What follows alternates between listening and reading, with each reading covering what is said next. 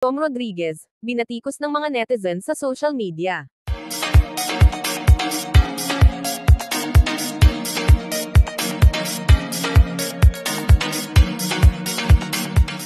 Binatikos ng maraming netizens si Tom Rodriguez matapos ang kanyang mga pahayag tungkol sa muling panliligaw kay Carla Abellana.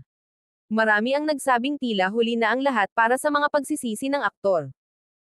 Ayon sa ilang netizen, dapat ay inalagaan na lamang niya si Carla noong sila pa.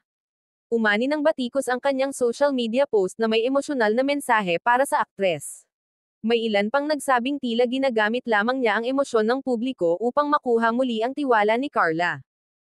Sa kabila nito, may ilang tagahanga pa rin ang ipinagtanggol si Tom at sinabing deserve niya ang second chance.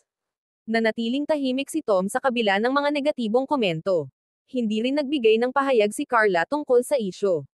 Sa ngayon, patuloy pa ring pinag-uusapan ang estado ng kanilang relasyon. Muling nanawagan ang ilang netizen na bigyan ng espasyo ang dalawa sa kanilang pribadong proseso. And this are chika for today mga ka-showbiz, sana nag-enjoy kayo. Don't forget to like, share, subscribe and click the notification bell for more updates.